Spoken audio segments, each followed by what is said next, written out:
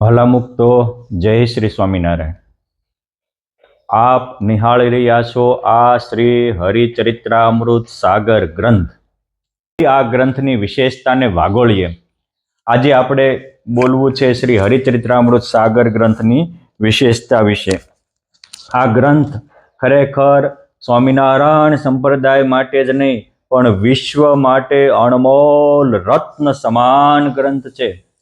આપણા ભારતીય સંસ્કૃતિમાં મહાભારતને પાંચમો વેદ કહેવામાં આવે છે, પરંતુ મારી દ્રષ્ટિએ આ હરિચરિત્રામૃત સાગર એ ભારતનો છઠ્ઠો વેદ છે। જેમ આપણા ભારતમાં 6 દર્શન છે, એમાં હરિચરિત્રામૃત સાગર એ 7મું દર્શન તુલ્ય ગ્રંથ છે।